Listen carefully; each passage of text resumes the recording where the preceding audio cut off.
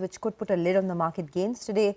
And then there are lots of big cues like HDFC Bank's numbers as well to look out for. But here's the first tick on the index. It is flat with a negative bias. The Nifty is down about 25 odd points. The Bank Nifty is down about 140 points. And the pressure is really coming in from HDFC Bank, which is down 1% ahead of its numbers later today. It has been the big underperformer this year. The stock is down about 7% in a market that has been surging. Asian Paints is the other one, down about 1% on the back of higher crude prices, and BPCL as well is down about 1%. Following that, you have Divi's Labs, Britannia, HUL. HUL comes out with numbers this week. Ahead of that, the stock is down about 0.4%. Eicher Motors, ICICI Bank, JSW Steel that are in the red. So the Bank Nifty is the one that's dragging its feet, but on the upside, HDFC Life is up about 1%.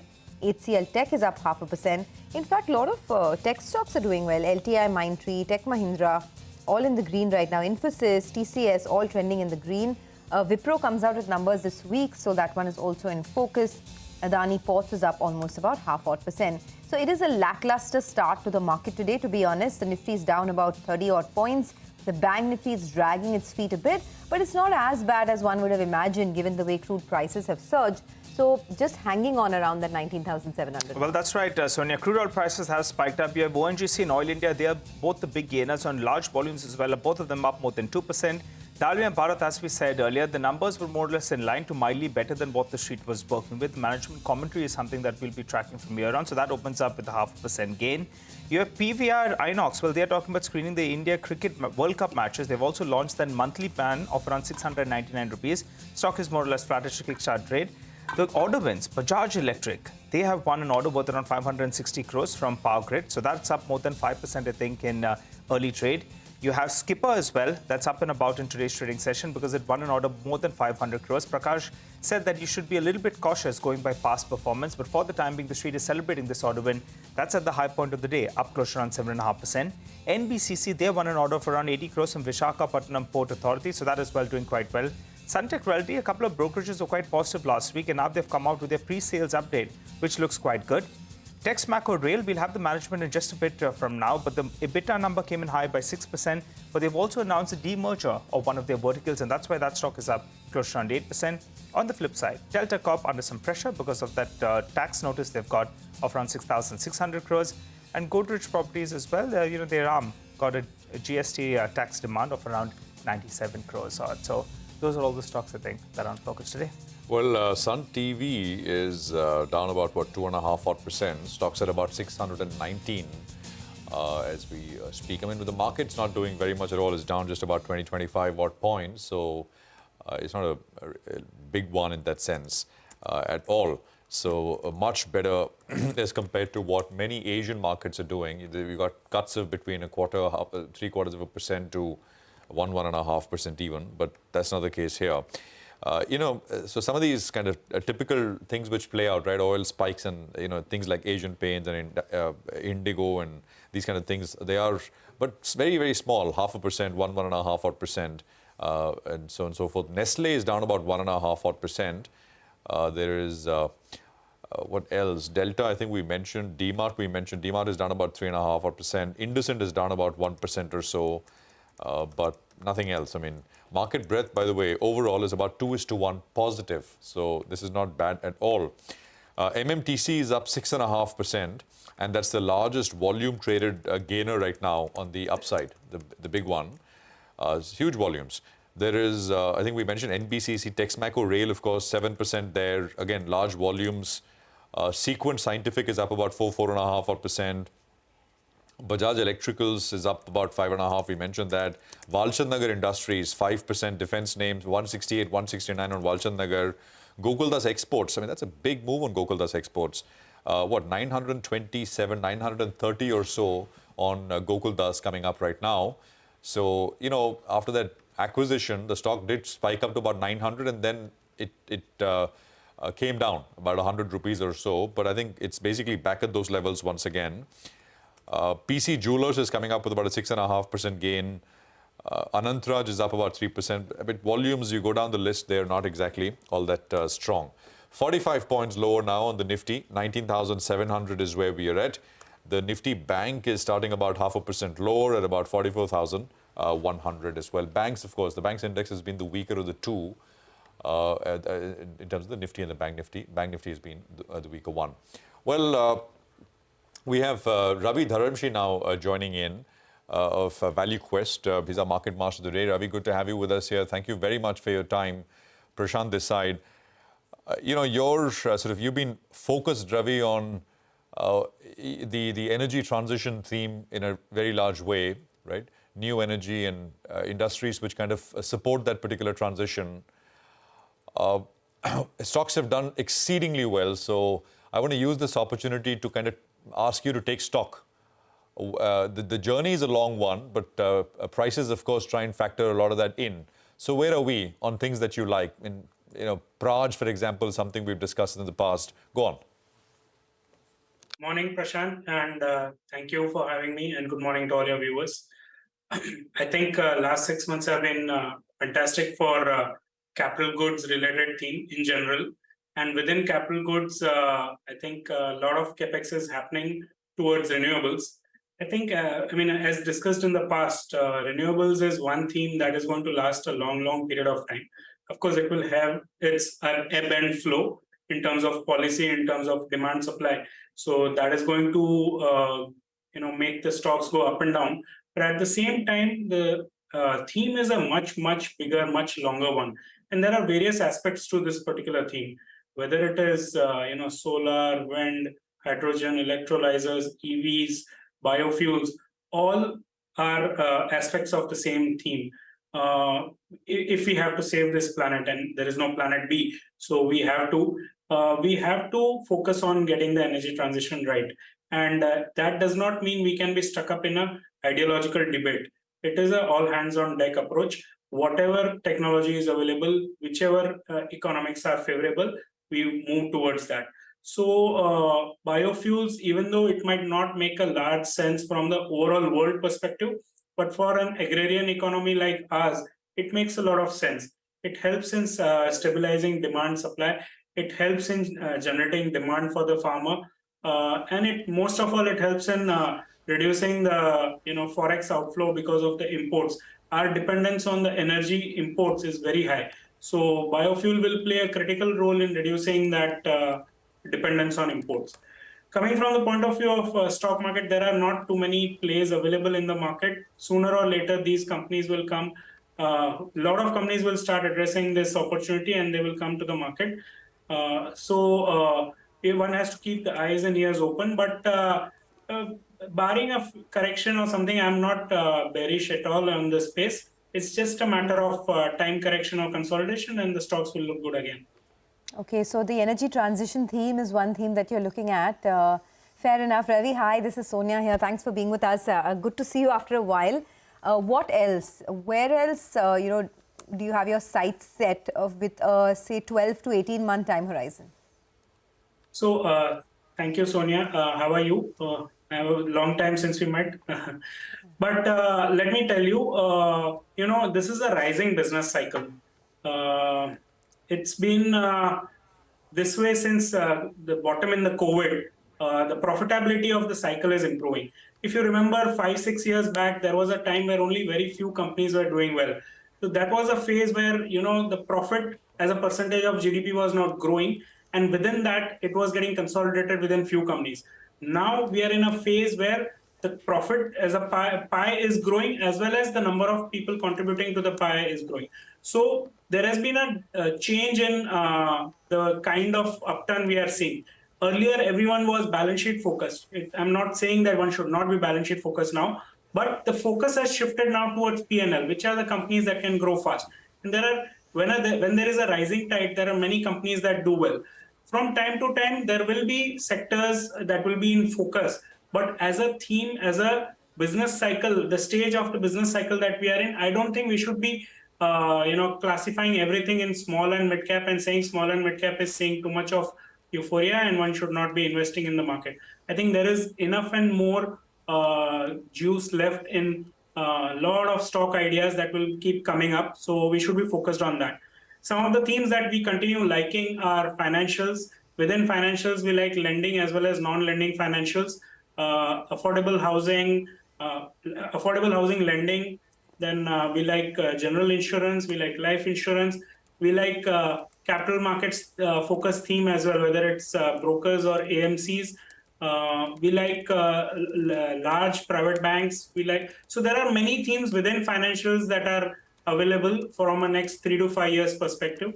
Some of the consumer discretionary themes, companies are struggling at this point of time, but we believe the opportunity lies over there as well from a 3 to 5 years point of view, as the pent up demand post COVID is kind of tapering out, and the K-shaped recovery that panned out for the bottom of the pyramid, there has not been an uptick till now. I think there is a lot of pent up over there, and as we get into the election year, as kind of money flows into the bottom of the pyramid, I think we should have a good rally in those companies as well.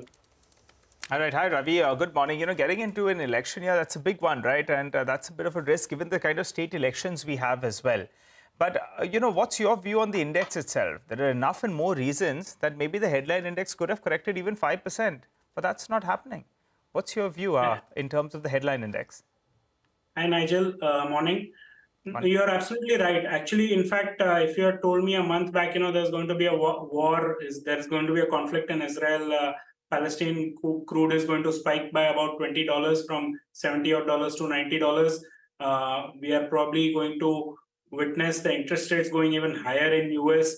So all those kind of things would have led to market correcting. Okay, that market has corrected, but the correction actually has been more on the index frontline side than on the mid and small cap side.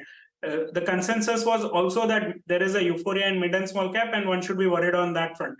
But it is actually the larger caps that are actually struggling at this point of time. Twofold reason for that.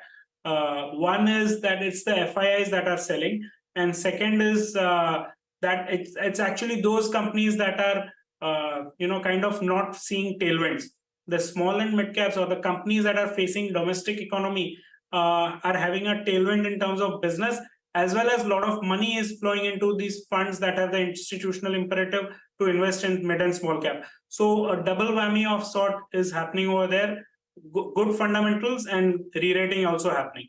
So now coming to the overall view on the index, I feel we are not in a situation where a major steep fall is kind of warranted or something like that. There is some amount of outflow that is happening. Clearly, we have to keep our eyes focused on crude, US yields, on dollar index, and all those things are niggling worries on the margin, but they have not yet reached us levels where you can say now there is a full-blown crisis happening and we should take all money off the table.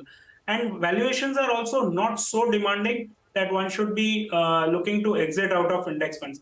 In fact, there is a good possibility that over a 2-3 year horizon, larger cap indices might actually do well as compared to mid and small cap. Ravi, let's just focus on some of these names that you mentioned, right? You said like affordable housing, general insurance, life insurance, capital market plays. You want to talk about names, Ravi? What you like? I mean, affordable housing is one area where there are lots of these fairly recently listed companies, right? Home First, Naptis, and which have not done very well since listing. I mean, there was this overhang of PE exits, etc. All of that has kind of played out for many of them. General insurance and life insurance, on the general side, not too many in terms of plays. So if you want to talk about that. And of course, capital markets, is it a mixture? Are you looking at the tech aspect of it? Names like Angel, etc. Go on. No, I won't name any particular company, but what I can talk about is some of the themes that we are bullish on. So we really believe affordable housing lending is one space left where companies can actually make, upwards of 3% ROA on a sustained basis. In fact, right now, some of these companies are doing more than 4.5% kind of an ROA. The spreads are quite high over here because this is still an underserved segment as compared to other segments. The banks have not yet entered. It is a very high-touch business model. So usually the areas where banks have not entered is what is left to the NBFCs, where they can actually make good amount of money. So the concern over here still remains with how big can this segment become? Can individual players grow grow to become 20, 25, 50,000 crore kind of a loan book or no. And I think jury still remains out, but we have a strong belief that the segment will expand. And this is one space that is growing at a 25 to 30% kind of a rate. So, all the companies in this space are quality companies. Barring the some of the issues related to margins or some issues related to management changes, I think this, and yes, the technical overhang of PEVCs exiting, this space is doing very, very well. These companies will find, go from being a monoline lending business to expanding their portfolio. They are building a channel which will help them in increasing penetration in other lines of businesses as well. So the risk of being focused on one particular segment should get diversified over a 3 to 5 year horizon. So we continue liking space. Second, I think general insurance is one space which has kind of faced a lot of headwinds over the last few years. Of course, there has been intense competition in the motor OD space. There has also been the yields have kind of completely fallen off the cliff on the crop protection side. Some of it might be coming back. Then we have had regulatory over push in this space as well. So all these reasons have led to these stocks not doing well over the last 3 to 4 year horizon, and the multiples have corrected to reflect that. I think now going forward, I think some of those competitive intensity seems to be abating. The regulation seems to be in place. The yield seems to have stopped falling. So I think this is a great time to be looking at this space because the runway still remains long ahead of you. The penetration level in the insurance products still remains very low. So that remains on the insurance. The third is the capital markets we have been more, in AMC space, you have to pick and choose which AMC will do well. No doubt, AMCs can also do well, but we are more focused either on the market infrastructure or the AMC companies, on the wealth management companies, where I don't have to pick and choose which product will do well. I can focus on a wealth manager who's also actually trying to increase the yields by coming up with alternative products. Sure. Ravi, thanks a lot actually for joining in. We will take this discussion forward at another day, a little more detailed, and just to understand what your sort of 12 to 18 month view is on the market. But for now, thanks a lot for being with us. One of the big stocks in focus this morning is Texmaco Rail and Engineering. It is up almost 7%, not just because of strong results that the company has announced, but they have also announced a demerger of their rail and green energy infra business. So let's find out more about that. You have Hemant Bhuvania, who's the CFO of the company, who joins in now. Mr. Bhuvania, thanks a lot for joining in. First, if you can tell us a little bit about the demerged entity. What will the financials of this demerged entity look like in FY24 and FY25? And are there any other verticals that you are looking to demerge in the near future? Yeah, good morning, all of you. And many thanks for the invite. It's always a pleasure to be on your channel. Thank you. Yeah, the board has earlier taken a call that this division, Kalindi Rail and Bright Power, would be demerged by the way of slump sale into two of our wholly owned subsidiaries.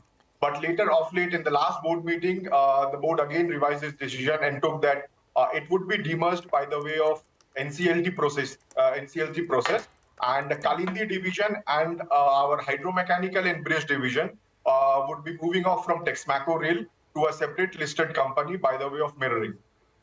So we plan that this would be, the entire exercise would be completed by next year. I think by Q2 next year, we expect. So for the year ended March 24, the result would be a console basis. There would be no separation for Kalindi, hydromechanical and bridge. But yes, for the financial year 24, this division would be moving off from Texmaco Rail, the mother company. Okay, so just to understand, by Q2 of FY25 is when you plan to complete this demerger process, and in FY25 you'll start to see the demerged entity showcase separate numbers.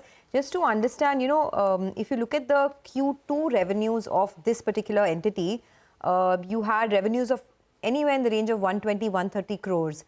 On an average, what kind of growth are you looking at post the demerger going through?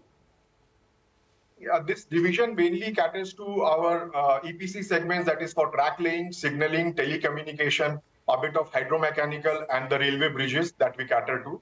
On an average, you see that the turnover has been in the range of around 550 to 600 crore if you see the past trend.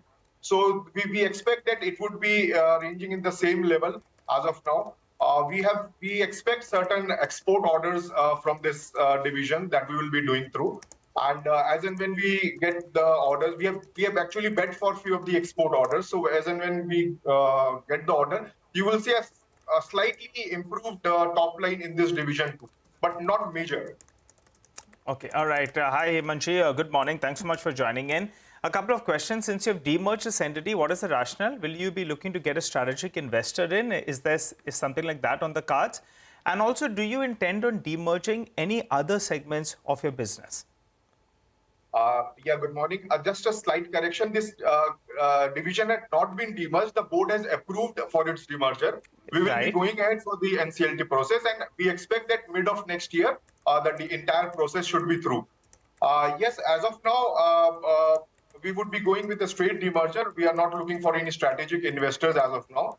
But yes, we are open for that. In case we get something, we are happy to look into that also. And will you look at, I know it's not demerge as of now, but as you said, Q2 FY25 is when the demerger takes place. So maybe at that point of time, you could probably look at a strategic investor if it's needed, as you're telling us. What about the other entities, the other business verticals? Will you keep it together, or will you further look to list more number of companies? So other divisions mainly caters to our heavy engineering division, which caters to Fedcar, the steel foundry, which caters to components for Fedcar. And we will be also having the bright power division that caters to overhead electrification and transformer process for the railways. So that business will be carried out in the mother company, Texmaco Rail. Okay, all right. Hemant, hi, good morning. Prashant here. Let's just talk about the business as it stands right now. Could you talk to us a little bit about what's the sort of updated order book across segments? What's the visibility looking like? So if you see on a consolidated basis, we have an order book of around 7,800 crores as of date, of which heavy engineering and steel foundry comprise of around 5,600. Our rail EPC, that is Kalindi and Bright Power, as of today is around 1,700. Joint venture and various subsidiaries around 500. So if you see on a historic view, we have been doing wagons. Last year for the entire 12 months, we did a wagon of around 3,000 wagons. Whereas if you see my H1 results, we are 3,000 plus in the 6 months. So there is a substantial improvement or growth you see in the top line as well as my bottom line. So similarly, if you see my steel found. Will the pace pick up? So that's about what, 500 wagons, right? Every month. Right now we are at the run rate of around 600 or just over 600. Our target is to go up to 750 or 800 by end of this year, and by mid of next year we should hit the number of 1K wagon per month. That's our objective. Okay, I just had steel foundry. I'll just take 2 minutes on the steel foundry. Sure. Steel foundry, again, you see we were doing production of the tune of 8,500 tons per quarter, which has again ramped up to 10,500 plus metric ton in steel foundry. So foundry also, you see we have done a substantial growth, and you'll see a better results for foundry division as well. So sorry, 1,000 wagons per month by the middle of next year, you said. Yeah. That's capacity. Right. So I just want to clarify. The last time we joined as well, you were telling us about this endeavor to move from 600 to around 1,000. That is capacity, or that is execution that you're talking about? Capacity, I think, was likely to move up. When does execution move up to those run rates? So what is the execution now, and when does it move to higher levels? So right now we are executing at around 600 plus wagons on a monthly basis. Our target is that on a monthly basis by March 2023-24, we reach to around 750 to 800 wagons. And by mid of next year, we should be executing 1,000 wagons per month. Oh, executing 1,000 wagons per month by mid of next year, right? Yeah. Okay, I just wanted to go back to the rail and energy business demerger. You said that you expect this turnover of 550 to 600 crores to continue, but you do have certain export orders as well. What is the quantum of those export orders that will come through, and over and above this 550 to 600 crores? So we have bid for the export orders. So we have not received as of now. So as and when we receive, So that is around 100 crores of as of now. So yes, we have bet for that. We are order has still not been decided. So we expect that yes, we should be coming out successfully in that order. Okay, and sorry, the rail EPC arm, when do you expect it to turn profitable? So on a EBIT basis, if you take out the depreciation and the finance cost, so we are into profit. But yes, if you see at the PBT level, this division is making loss. So once the restructuring and everything is done, I think we will be also reducing some high cost debts from here. So I think from mid of next year or from Q1 next year, you should see improved results for the infra and my green division too. All right, Mr. Hemant, final question before we let you go. You also talked about a QIP. What's happening on that front and when does it come through? Yeah, so the board has in principally approved last time to raise funds up to 1,000 crores by the way of QIP and 50 crores by the way of preferential. So we had applied to the shareholders and we expect the approval from the shareholders by 4th week of October. We will be going ahead for the preferential issue first. So we plan to close the preferential within October, I think first week of November. We have a 15 days time and thereafter we open the QIP. And once we have a shareholders approval, I think we'll again have I'll lead up to board to decide and to take a call on this. And the quantum could be? Sorry, I missed you. Quantum? What could the quantum be? So the quantum, we have got an approval of 1,000 that would be raised in one or more tranches. So once we have the approval for the shareholders, I think the quantum would be decided by the board. So okay. Okay. All right. All right. Just one more question. You had said that earlier for the full business, right? I don't know if I missed this, but a 30 to 35% growth in revenues for FY24 was what you were guiding for. Do you stick to that target? I think that yeah, we would be doing better than that as of today. If you see my results, so if you see my H1 results last year and the results which we have disclosed for H1 this year, I think we are almost double. We have increased by 100% almost. So you'll definitely see a better results from here on. What would better mean? Could you quantify it? Will it be 40, 45% or more than that? And also what could be the rough margin given that input costs have cooled off? If you see my Q2 results, the EBITDA has been somewhere around close to 10.5%. I think that is as per the industrial norms. Definitely we will like to improve on that. But yes, 10.5, I think it's as per industry norm, and we'll definitely try to improve that the numbers too. And revenue growth, 45%? Come again? Revenue growth, you said you'll do outbeat what you said earlier, the mid-30s growth, and half year mark you've done very well. Give us a number. What kind of growth should you end up this year with? So on the growth part, you see that as I told that 3,000 wagons that we did in the entire year. In last year, we did 3,000 wagons in H1. So if you extrapolate that, yes, we would be doing better than what we did in H1 in H2. So if you extrapolate, we'll get the numbers. But as a forward-looking statement, I won't be able to comment much on the numbers over here. Okay. All right. For the time being, though, the street likes, what you have done so far, and they like the demerger as well. Good on that. The stock is up close to around 8%. Thanks so much, Mr. Hemant, for joining in and filling us in with all of those details. Let's move on then. Let's focus on PNGRB. They have opened the 12th city gas bid round, under which it will offer retailing licenses of around 8 geographic areas for CNG as well as PNG. Mr. Gajinder Singh, the member of Petroleum and Natural Gas Regulatory, joins us on the show. Hi, Mr. Singh. Good morning. Thanks so much for joining in. Well, give us some details. Have you already started to receive bids? And is it from the usual players, BTRAC, MGL, IGL, Gujarat Gas? Or are there other regional players that have bid as well? Yeah, very good morning to you and your viewers. We started we have launched the 12th CGD bidding round on 13th October. And now it is an open bidding. And this in 12th bidding round, we have offered us 7 geographical areas, 5 complete states of Northeast and 2 union territory, Jammu and Kashmir and Ladakh. So we are covering all these 7 GA. They are going to cover the 92 districts. If you are aware of that, already 300 GA we have authorized in previous rounds up to 11A round. So 300 GA are already there, which has already been authorized, covering 640 plus districts. And this 7 GA is going to cover 92 districts. So this round we have already opened up, and now it is going to be. Now we expect that the kind of response we received in our previous rounds, we have never found that in any GA there is a single bid. So the similar way, we are looking for a better competition and better participation in these rounds also. And this 12th round is basically the northeast states, particularly the Arunachal Pradesh, Meghalaya, Manipur, Nagaland, Sikkim. Mizoram right now, because the election has been announced, so we have kept in hold, but we are taking approval from Election Commission if it gets through, so that will also get included.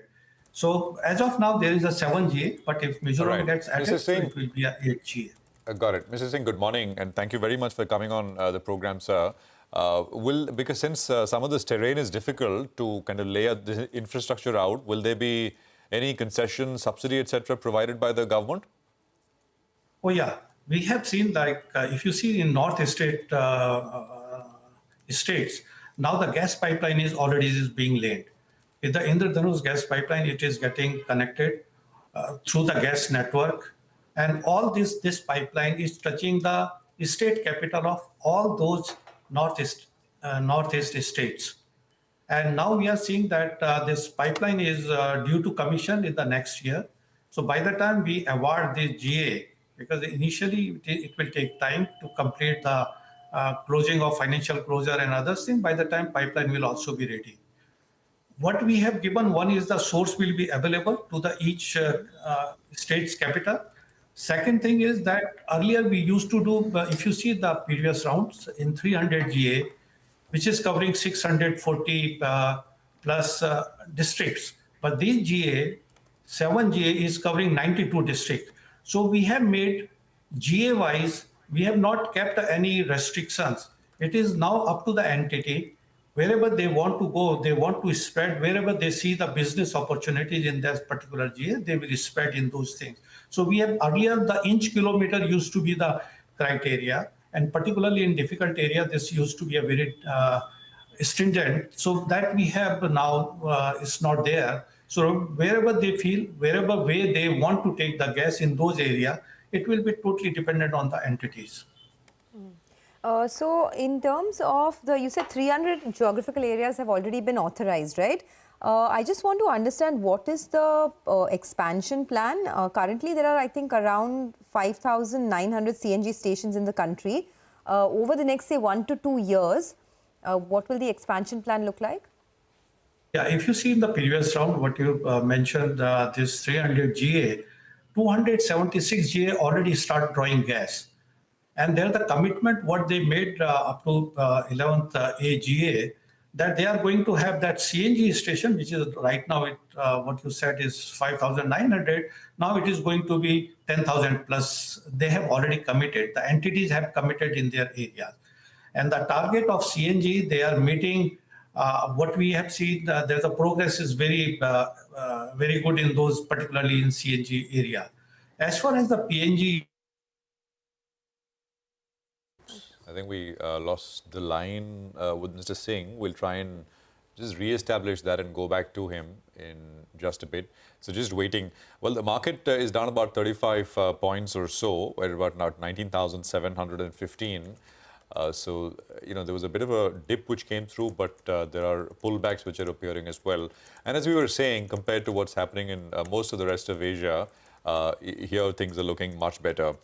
While we're waiting, just a couple of more names on the stock side. D-Mart is down 3%, if you can pull that up.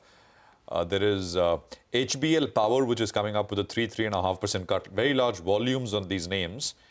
And I think you've got Phoenix Limited, which is down about 2.5%.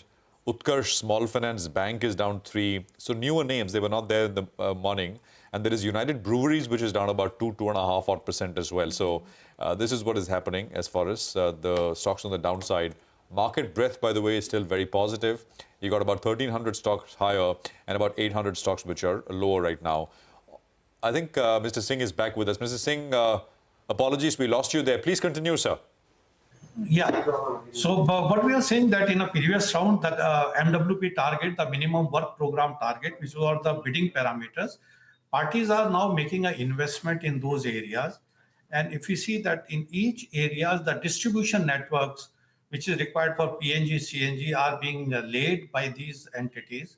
Not only for PNG, CNG, if you see that all the demand center, whether it is an industrial customer and the commercial customers, those are being connected.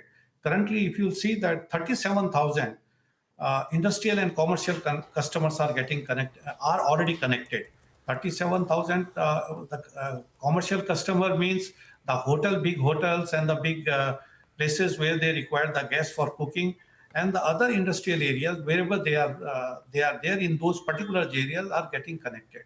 So that way it is a good way. I mean, the progress is good, but for PNG side, the progress is slightly low, which is not quite appreciable.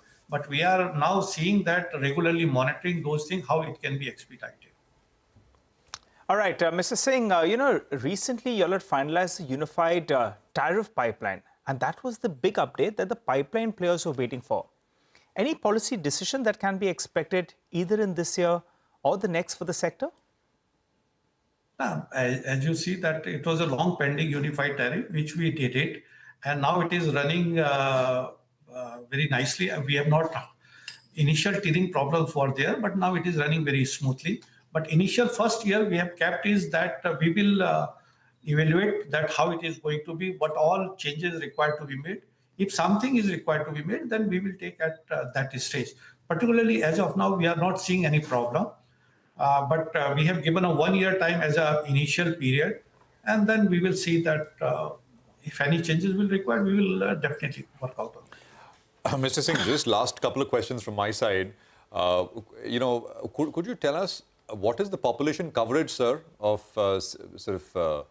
PNG now? I mean, do you have a number? Before this 12th round, I mean, what's the coverage? You see that up to that 12th round, up to the 11th round, 11 round, the total coverage for men, the population was 98%, and the geography-wise, the area-wise, it was 88. But with this 12th round, it is almost 100%. Now we left with only the Port Blair, Laksdeep, and there are the few areas where we are working how the source can be made available there. If the gas source will be made available to them, that is only the left out area. All in terms of otherwise, full country is not covered. Got it. In terms of volumes, though, although 98% is covered, full country now, of course. In terms of volumes, is it largely still skewed towards, offtake? Delhi, Bombay, the big cities. Yeah. If you see that, particularly for CGD, as I did mention, it is a gestation period is slightly bigger. If you see particularly IGL and MGL, they are drawing now, like IGL altogether, they are drawing 9 million gas. And similar way, the MGL, they are drawing almost 6+ million gas. So these are now becoming they are becoming the anchor customer. These gas is going here in those PNG, CNG, and this segment. Similar way, the other cities have the potential to grow up to that area. Currently, if you see that, the total gas is going to 35 million. Right. Got it, sir. So just one last question, sir. You mentioned that CNG stations which are going to go up to 10,000. Is there any pushback from players? Because we are also seeing on the transport fuel side moving from ICE engines to electric vehicles, right? There's a big transition. But then there is the CNG side of things which is also playing out. So if we were to leapfrog from ICE to EVs, where does the CNG that fuel composition really fit? Is there what's the regulators thinking on that, and are you seeing any pushback from players? Go on, sir. We are well aware of all those things, developments, what are taking place. But what we see that there are the alternate fuel currently like petrol and diesel. If you compare there, then definitely the gas is cheaper than all those alternative fuels. Once the transition for electric vehicles will come, then that situation will come. What are the things going to be? But if we see the other countries also, if we see that particularly CNG, it is going to stay. That's what we believe. And because once the infrastructure is going to be all across the state, all across the state, now it is catching up. Every year, if you see the sale of CNG vehicle, it is now crossing 7 lakh vehicles per annum. And going forward, now the total deployment of the CNG vehicles is around 45 lakh. So it is going to 7 lakh per annum if we see that if keep on increasing. So there's a good potential that CNG is there. CNG vehicles are going to stay. Electric vehicles, when it will reach to that maturity level, then definitely that become maybe after 1 decade. That's what we feel. Yeah. And we need other sources as well. So it's not just going to be one thing. Thank you, Mr. Singh, for joining us. And great speaking with you. Appreciate you joining in with that perspective, facts, figures, a lot of stuff there. Thank you. We'll take a very quick commercial break here. We'll come back. Our special segment, Quarter Se Quarter Tak, we'll focus on the consumer durables space when we come back. We'll tell you what to expect. And Renu Baer, the IIFL Institutional Equities, will join in with her key expectations from the space. Stay with us.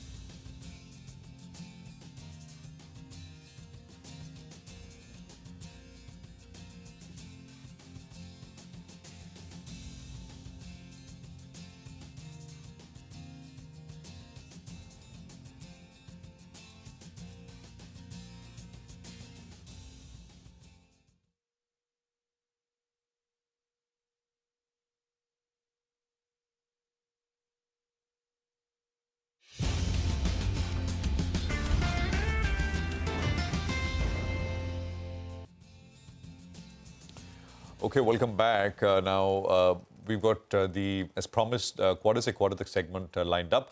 And today, we are looking at expectations from the consumer durables space. Surbhi is standing by with what to expect from the space. Surbhi, over to you. In the consumer durable space, different growth outcomes are expected across different subsectors. Let's start with cables and wires. In that space, volume growth continues to be healthy. Industry is working with a double-digit volume growth due to higher capex spends and upcycle in the real estate space. Added to this, the copper prices are up 10 to 12% on a year-on-year basis, which will help realizations as well. Within this space, Polycab and Havells are likely to be an outperformer with expected revenue growth of 20% and 16% respectively. And some of the other players like Finolex Cables and KEI will see low to mid-teen revenue growth. That will translate into a strong PAT growth as well, over 50% for Havells and 43% for Polycab. We'll also be watching out for the new listing RR Kabel as they will be reporting their first earnings after listing. Now, talking about the durable and the white goods space. Q2 is a seasonally weak quarter for the room AC companies, but even then there is an expectation of high single-digit volume growth. But intense competition and some price cuts were expected during the quarter, which will put additional pressure on the margins. Fans is expected to see a double-digit growth on a low base. Expect room AC companies to report a double-digit revenue growth, but the margin expansion will be capped due to the pricing pressures. Players like Blue Star and Voltas will see a revenue growth of 18 and 23%, but the margin expansion will be in the range of 20 to 50 basis points. Lastly, electronic manufacturing services space, which has rallied the most in Q2. B2B players like Syrma and Keynes are expected to lead the growth, upwards of 35%. B2C players like Dixon and Amber will see a ramp up in volumes due to the offtake in the PLI scheme, which will facilitate their growth. They will grow in the range of 20 to 25%. Profitability is also expected to move in similar trend. Keynes and Syrma to have higher profitability than the traditional EMS players. Finally, let's leave you with valuations. The space overall is steeply valued, EMS and cables and wires space more so than the others. EMS players are valued anywhere between 40 to 48 times FY25 PE, with Keynes being the most expensive one. Havells is at 50 times FY25 PE, and Blue Star and Voltas are in similar range of 35 times FY25 PE. Right. That seems to be the biggest concern, right? The kind of valuation that these stocks are trading at. Renu Baid joins in. She's the Vice President Research at IIFL Institutional Equities. Renu, stocks like Dixon, stocks like Keynes are trading at 45 times, 48 times. Is there scope, is there enough in the business growth for valuations to be supportive at higher levels? Yeah, hi, good morning. These stocks are trading at expensive valuations because they are expected to deliver much higher growth. If you look on in terms of the EPS CAGR, for Dixon, we're expecting almost 50% EPS CAGR. For Keynes, it's 65% CAGR. For Sirma, it's almost 45% for the next 2.5 to 3 years. So the kind of valuations re-rating is because multiple factors. There is a structural tailwind in the EMS space, very strong, large domestic market, supportive government initiatives and policies, which is driving disproportionate growth. And at the same time, the kind of growth that we are seeing is more structural and long drawn. So if these companies can deliver a 40-45% CAGR for the next 3 to 4 years, then the valuations in hindsight are actually not very expensive. Sticking with that particular space, are there any other large categories where they, for example, laptops was the last one, although some are concerned that maybe, it's not going to be as lucrative because some of the earlier sort of proposed way to kind of give out licenses, etc., has been diluted. I don't know what your views are there, but since electronic imports are the second largest sort of item for the country, which are the other big opportunities to your mind? See, within the EMS space, if we see, the biggest segment has been mobile phones. And at least in that segment, it is very clear over the last 2 years, the PLI scheme has been a great success. And within mobile phones, Dixon now has clearly cemented its market leadership.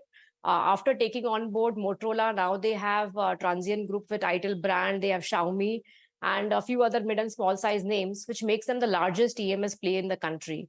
Apart from these segments, if you look at telecom and IT, PLI, which has been there. So telecom has been going in line with the broad numbers. IT PLI 2.0, while government has deferred the import duty restrictions and the restrictions on import. But when you're trying to build a supply chain base in the country from almost negligible levels, I think whatever little comes to the bucket for these companies, it would be great. And if you see in IT PLI, more than 50 companies have applied, of which we expect definitely 10 to 15 will be able to have a reasonably large share. So it is large in terms of ticket size, and even if value addition in the initial years is less, for Indian domestic companies, it would be meaningful in terms of size. So for example, for Dixon, the IT portfolio was negligible or zero, literally 0 year back. But in the next 3 years, as the IT PLI 2.0 scales up, we expect this segment to become almost 8 to 10% of the revenue stream. Similar would be the case with the names like Sirma and others. So I think on the B2C, these portfolios are playing. But within the EMS space, one also has to reckon that increasing share of electronics across various end markets, be it industrials because of Industry 4.0 and automation, or EVization on the automotive side. So the other segments of the market are also witnessing very strong growth, and which is where we have companies like Keynes, Sirma, Avalon coming in, a domestic market and also China Plus One playing out in addition to this. This cables and wire space, I just wanted to come back to this because Polycab is a stock that has been hitting new highs, right? And that stock has had a remarkable run. I mean, now it's up over 100% this year. There is double-digit volume growth expected, but for someone who's missed the rally entirely, is there still more to go on the upside? For someone who's entirely missed it, obviously, he's paying a significant premium. So maybe to that extent, the absolute upside from a near term could be limited. But there are reasons why Polycab has outperformed, because they had invested ahead in time for capacities and the kind of distribution and reach that they have. In today's environment where demand has significantly outstripped supply, they are probably among the only vendor in the country who's able to meet the supply commitments without delays. So while others are catching up, that gives an edge to Polycab, and the kind of business model that they've built up, they are generating free cash of almost 8 to 10 billion rupees annually. So yes, valuations are steep. So for somebody who's looking at near-term performance, at this point in entry will give limited or probably upside could be capped. But if you're looking at an 18-month view, then the kind of base sentiments that we have on the investment side, on the core industrial capex, infra capex, as well as rebound in the real estate cycle, we think these companies can still deliver 15 to 18% returns incrementally from here. For white goods, Renu, very briefly, will things look continue to look downbeat or improvement?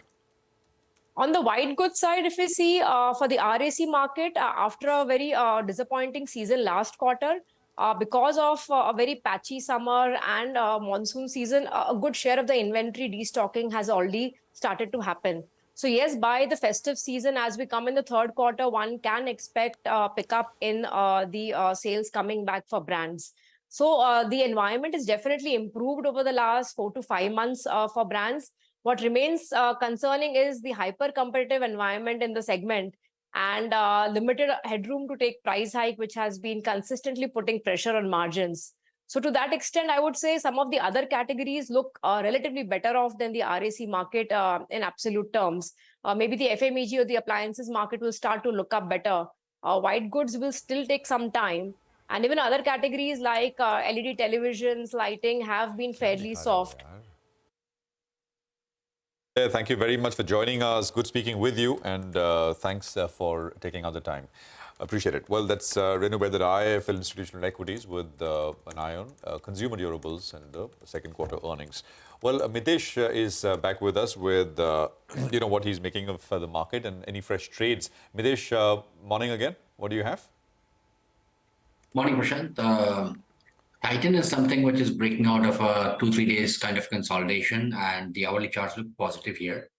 So I recommend a buy. Keep a stop below 32.90, maybe 32.88, and a target of around 3,400 can be looked at on the upside. The other stock which I like is something which has been making fresh highs. That's Power Finance Corporation, or PFC, making a fresh swing high again. Buy here with a stop at about 251. Look for a target of 266.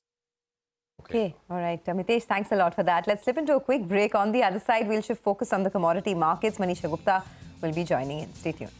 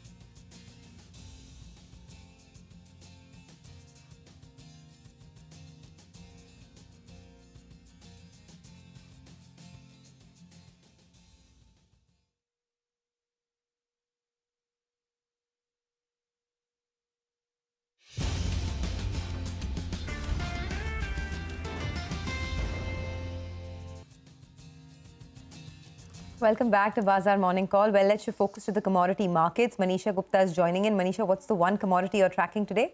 Well, I'm looking at the crude oil prices, Sonia, because we started the day with $90, but we are trading above 91 at this point in time. So while the crude oil prices continue to be volatile, but we have seen buying opportunity or interest in the Asian markets right now. So we did see gains of 6% on Friday, and in the last week, we saw crude prices gain up by nearly 7.5%. There have been various factors which we have seen supportive for the markets. Investors, for one, are factoring in a possibility right now of wider West Asia conflict, because that's the kind of statements we've heard from various Middle East countries. We also have seen Iran warning of war expanding if Gaza blockade persists, and we will hear more about that in the day-to-day. Apart from that, US also has asked to de-escalate the Israel-Gaza conflict. Is the reason that you saw some profit taking early in the Asian markets, but that clearly got bought into, as we can see. And then we have also seen US come out and impose first ever sanctions on tanker companies which are carrying the Russian crude oil above the G7 price cap of $60 a barrel. We do know that the Russian Urals as of now are priced at $75 a barrel, nearly $15 higher than where the G7 put a price cap there. And then OPEC also says that for the next year, they are, or rather for this quarter, they are looking at global crude stocks to be in a deficit and could see a decline by nearly 3 million barrels per day. So even as demand is not picking up as much as you would want it to, the supply concerns, the geopolitical concerns are all weighing into the markets. The positive also came in from China, where we have seen fresh cash injection come in yet again today. So that also led to some liquidity into the markets. And the US production in the meanwhile has seen record highs of 13.2 million barrels per day of production in the month of September. That is something that will keep the prices in the check going forward. But I do want to show you on how the crude prices have been in this year until now. We started with 82. The lowest for this year has been $70 a barrel, which we did see in the month of June. And then between June, July, August, September, we saw the prices run to the high of nearly $96 a barrel. There was a big amount of profit taking. We did see the prices decline all the way to 84 and 85 on 1st of October. But since then, there has been a rebound yet again, and $6 of gain in what you have seen in last one fortnight coming yet again for the crude oil prices. Okay, thanks a lot, Manisha, for that. Let's slip into a quick break. On the other side of the break, Lata will catch up with Suresh Ganpati, the banking analyst of Macquarie Capital Securities, to discuss Q2 expectations from the big banks. Stay tuned.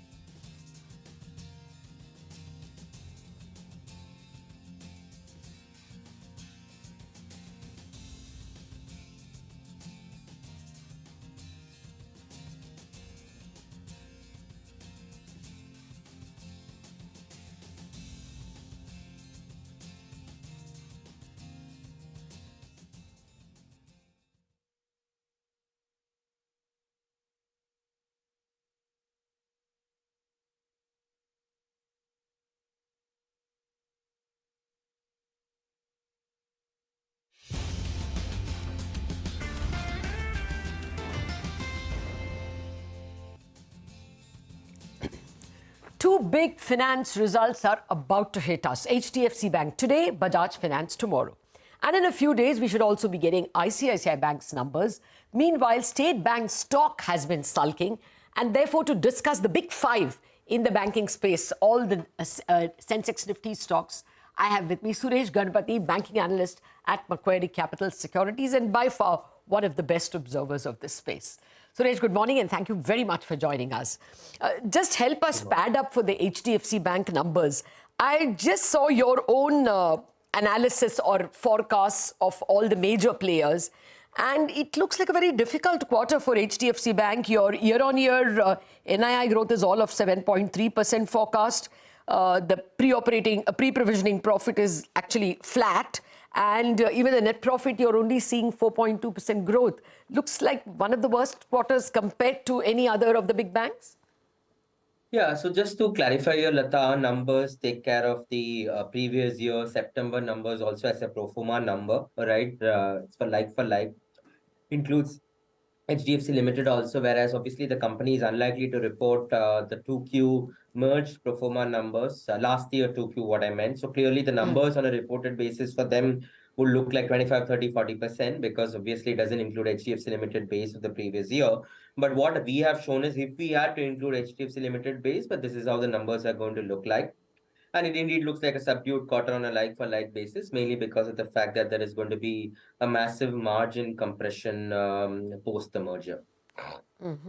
What will the margins be? Say, quarter on quarter, where you can compare. Yes, sure. So if you look at it, HDFC Bank standalone margins were 4.3% on an interest-earning assets basis as of first quarter. That number will come down all the way to 3.7% or so, 60 basis points QQ decline post the merger. So it's a pretty sharp decline that we're talking about. You think this is priced? Or, I mean, when the results come, what might light up the market and what number might sour the market's mood, you think? So yeah, so any number much lower than the 3.7% margin will not be taken well by the market in our view. So we do believe, I mean, these things are pretty well flagged off. The company obviously hosted a analyst meet to discuss merge numbers before the results. So to that extent, people are fairly aware of the fact that this is going to be a subdued quarter when it comes to margins. One area which the market will be keenly looking at, Lata, is that they did had quite impressive 1.1 trillion rupees of deposits on a QOQ basis. So we would like to know what is the composition between retail and corporate here, because if it indeed is going to be, say, 80,000 crores of retail deposits added, and let's assume 30,000 crores is non-retail, it's a great outcome in our view. So any number deviating from this particular expectation could be either positively or negatively interpreted by the market. Oh, yes, of course. Suresh, what about, will the bank give you anything in terms of being able to compare like to like?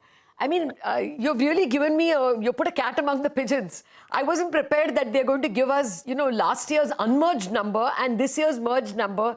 Then, we are all at a loss how to interpret the numbers. Will we have anything to compare?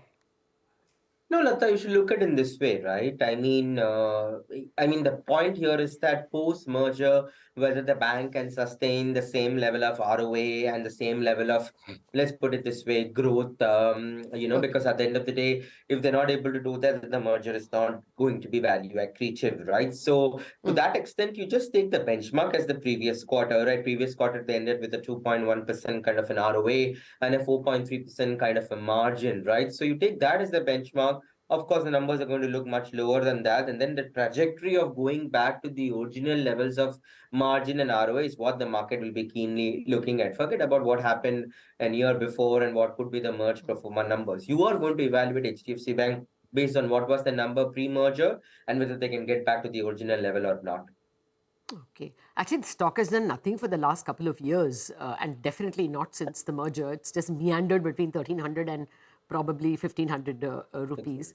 So you think, therefore, all this 3.7 margins, all that is already priced in and there can be an inflection point after the numbers? I mean, look, yeah, so good question. So obviously this quarter, we know the the chances of a big positive surprise is low. You already know that a lot of these pain points are going to be felt into the numbers. I think a lot is going to be significantly dependent upon Lata, how well they can get back to the original trajectory of margins and, of course, eventually ROA over the course of next 12 months. So maybe 12 months down the line, you are looking at a far better picture in terms of PPOP growth. So, for example, the like-for-like PPOP growth that I've talked about is flat this quarter, right?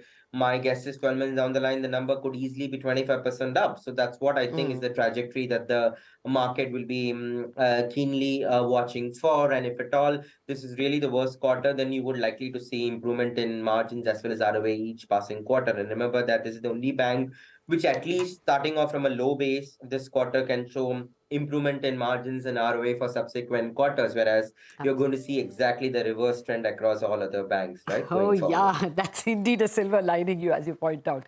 Okay, Bajaj Finance. Yeah. I mean, 30%, even like 2-3 quarters back, they were still in the high 20s. It looks like they've now come back to the 30s. So you would expect an outstanding number. Just prepare us for it tomorrow.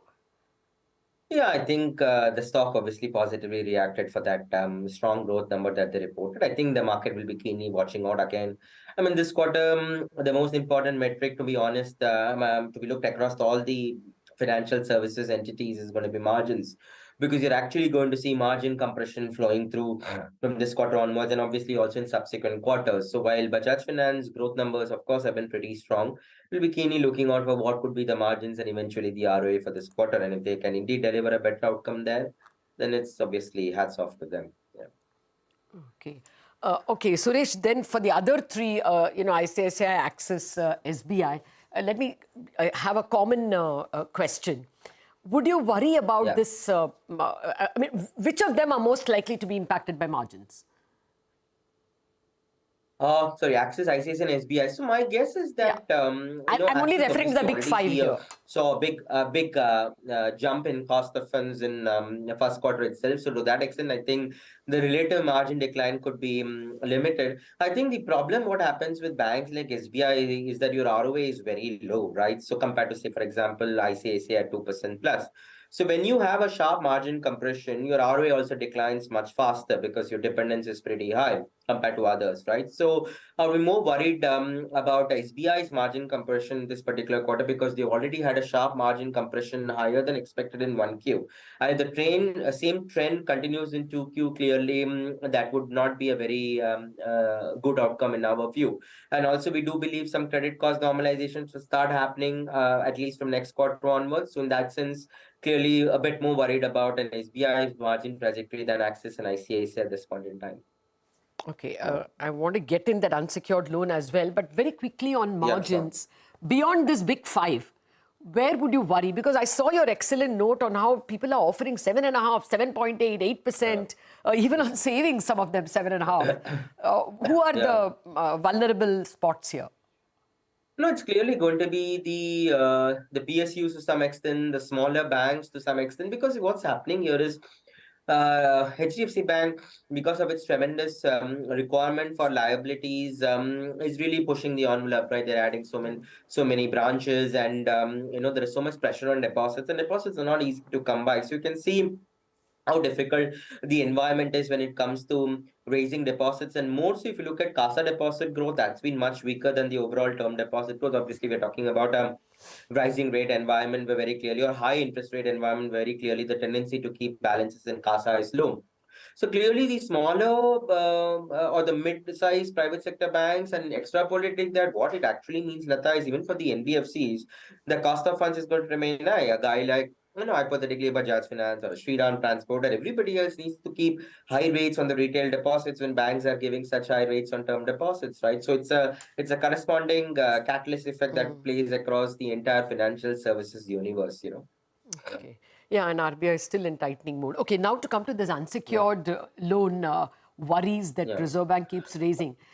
Actually, Mr. Swaminathan, in that credit policy speech, was quite clear that he is not going to take any action now, that they are just waiting and watching at this point in time. Here, who are the vulnerable spots? No, again, Lata, there, whatever checks and balances that we have done, speaking to some of the credit bureaus also, is that there is some pressure on the small ticket personal loans, that is a smaller ticket size. While there has been an increasing risk-taking ability with certain financial services entities in the system by giving more loans. For example, if a guy has taken 5 loans, you're giving 6th loan, 7th loan. So those kind of behavior has been seen. But what also we have found out here is that, again, speaking to the bureaus who have got greater access to the bank managements, is that the liability balances have also increased, right? So you are some extent self-funding your overall loan. So therefore, what I would believe is going to happen here is that the stress will first percolate on the fintechs, then it moves on to the lower quality NBFCs, then the higher quality NBFCs, then it moves to some of these smaller private sector banks, and then finally you're talking about the larger ones getting affected. So we are quite some time away to see that kind of, let me put it this way, outcome with respect to impact on the larger banks as of now. We're yet to see actually the impact of unsecured loans flowing into some of these smaller players. So I won't worry overly about the impact, at least on the larger banks. If I were to really worry, I would worry on the NBFCs as well as to some extent on the lower quality private sector banks. Okay, then we'll worry about that on another day. Can you just once again revise for me today when the results come what we should look at in HDFC Bank? One, you said 3.7% margins. And the other thing that you said is that you're expecting a total deposit growth of what, 80,000 crore? And if that 50,000 crore is retail, okay, please go ahead. What is the number we watch out? So sure. So there are 3-4 things which you all need to watch out for. First, 3.7% margin is on an interest earning assets basis. 3.5% margin is on a total assets basis. That's a number to look out for. The ROA needs to be at least 1.8%. Okay, it will be lower than the 2.1% ROA that they reported the previous quarter. The total deposits on a quarter-on-quarter that they raised was about 1.1 trillion. Out of that 1.1 trillion that they have raised, our expectation is at least 80,000 crores, 75 to 80,000 crores should be retail, and the balance 35,000 crores is corporate. So this is the number that you guys need to watch out for. All right. Thanks a lot for that, because that's very precise things that we will look forward to and check out whether the company has come up to speed. Thank you very much, Suresh, for joining in and giving us an idea of how we prepare for some of the big BFSI numbers that are going to hit us this week. HDFC Bank today and Bajaj Finance tomorrow. It quite clearly, decide the course of the Bank Nifty and indeed the Nifty itself. On that note, wrap up on Bazaar. Chartbusters up next.